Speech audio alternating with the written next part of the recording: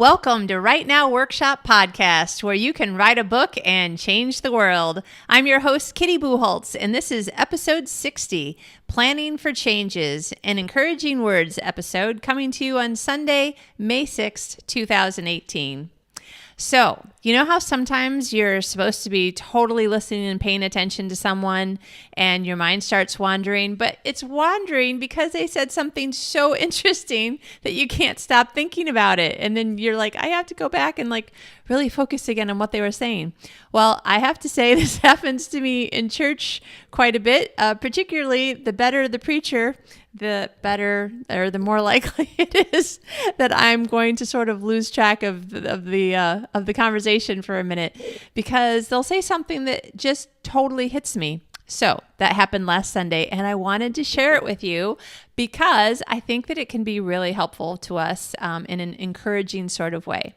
Now, if you have been following me for very long, you know that I teach an annual class on time management, and then occasionally, interim classes during the year that has to do with, restarting. And I've taught this live and online, and it's a thing of mine. I like time management. I like organization. And my life is usually so chaotic that I require some good time management and organization just to stay on top of really getting any work done in my writing career. So this is what I heard on Sunday.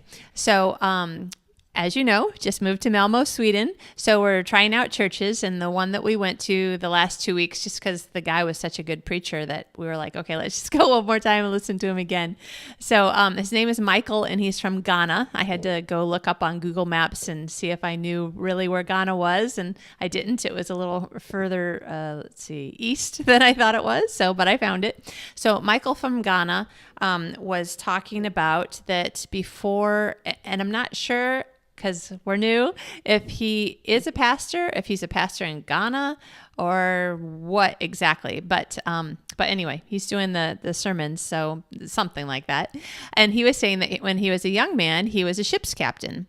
And that if I understood and remember what he said correctly, he said that he would pilot ships from Sweden to Denmark. And when you did something like that, you had to do passage planning. And I was writing notes while he was talking because it was so interesting. He had to do passage planning from berth to berth.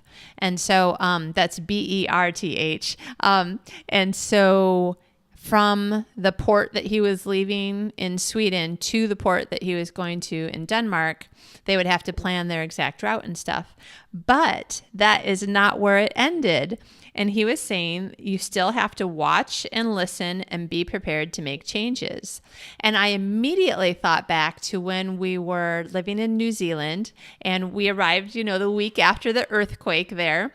And our friends, after we made some friends, and we were talking about something or other in the Wellington Harbor, and they were saying that the ships had to be extra careful because in the earthquake, anything under the water might have also moved. And so where there might have been a rocky shoal in one area, it might be a meter over to the right or the left or whatever. And so whenever there's something like that, and again, this is me trying to remember and understand what my friends were telling me about, whenever there's an earthquake or something like that, harbors have to be sort of remapped out. Make sure that everybody knows exactly where things are now, and if anything's moved, that you still steer your ship around it, that sort of thing.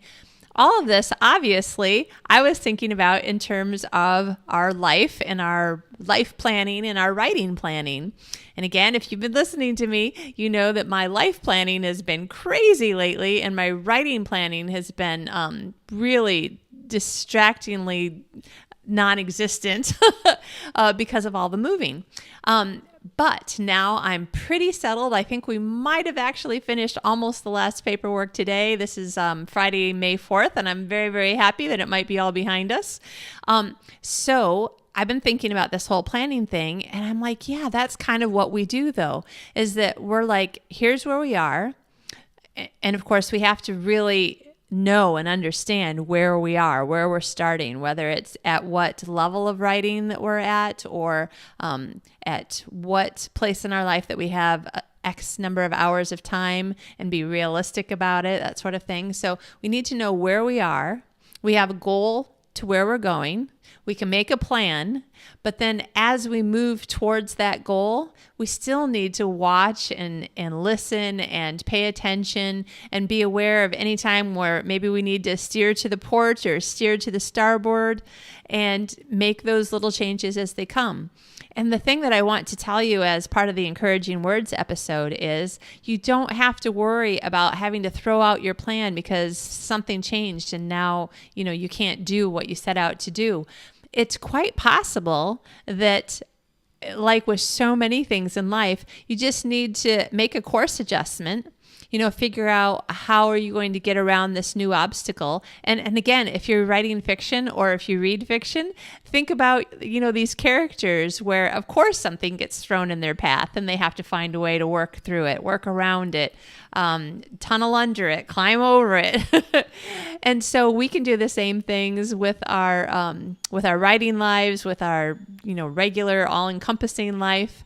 And keep in mind that this is a very normal day-to-day activity for somebody like a ship's captain. So we shouldn't be alarmed and shocked when we find that we have to do the same sort of thing, that we start a plan, we do have it written down, we do have an actual plan. It's not just, what will I do when I wake up in the morning? Well, let's see how I feel about it tomorrow morning. No, there's a plan.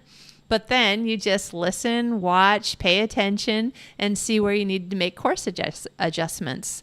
This is actually, fairly similar to some things that I teach in my time management class, but now I'm definitely going to be using this example because I think it's brilliant. It's a great visual way to see it.